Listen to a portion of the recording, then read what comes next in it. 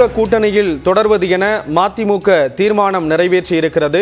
மதிமுக நிர்வாக கூட்டத்தில் இந்த தீர்மானமானது நிறைவேற்றப்பட்டிருக்கிறது. இது தொடர்பான விவரங்களோடு இணைகிறார் சிறப்பு செய்தியாளர் கோகுல். கோகுல், என்னென்ன தீர்மானங்கள் நிறைவேற்றப்பட்டிருக்கிறது? தொடர்ந்து இழுபறி நீடித்துட்டு வந்துட்டு இருக்கக்கூடிய சூழல்ல, திமுக மதிமுக இடையே இழுபறி நீடித்து வருது அப்படின்னு சொல்லப்படக்கூடிய சூழல்ல இந்த கூட்டத்தில் என்னென்ன முக்கிய முடிவுகள் எடுக்கப்பட்டிருக்கு? மதிமுகவுடைய நிர்வாக குழு கூட்டம் நாடாளுமன்ற தேர்தல் குறித்து விவாதிப்பதற்காக மதிமுகவுடைய அவைத்தலைவர் அர்ஜுன்ராஜ் தலைமையில தாயகத்தில் நடைபெற்றது. இந்த கூட்டத்தில் மதிமுக பொதுச் செயலாளர் வைகோ மற்றும் முதன்மை செயலாளர் துரை வைகோ, மூத்த நிர்வாகிகள் எல்லாம் கலந்து கொண்டார்கள்.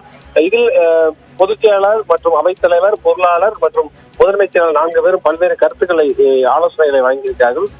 இந்த கூட்டத்திற்கு பிறகு இந்தியா கூட்டணி தமிழகம் மற்றும் புதுச்சேரியில் 40 தொகுதிகளில் வெற்றி பெறுவதற்கு மதிமுக பாடுபடுவது என்றும் திமுக கூட்டணியிலேயே தொடர்வது என்று தீர்மானமாக நிறைவேற்றப்பட்டிருக்கிறது.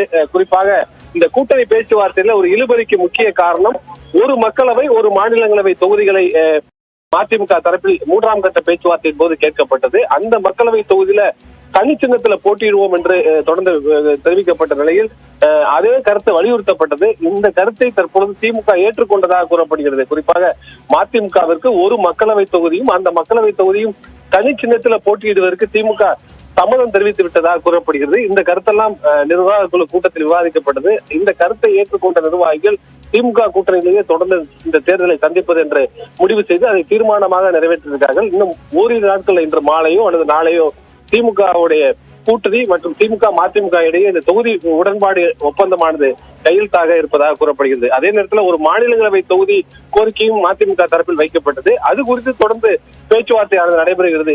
வரும் அடுத்த ஆண்டு வரை மதிமுக பொதுச்செயலாளர் வைகோவுக்கு அந்த ராஜ்யசபா உறுப்பினருடைய பதவி காலம் இருக்கிறது. அந்த பதவி முடிவடைந்த பிறகு மீண்டும் ஒரு இடம் மதிமுகவுக்கு தருவதாக திமுக தரப்பு தெரிவித்திருப்பதாகவும், ஆனால் குறிப்பிடுவதா இல்லையா என்பது குறித்துதான் பேச்சுவார்த்தை நடைபெற்று வருவதாக கூறப்படுகிறது. அதையும் மதிமுக தரப்பு தற்பொழுது ஏற்றுக்கொண்டதாக கூறப்படுகிறது.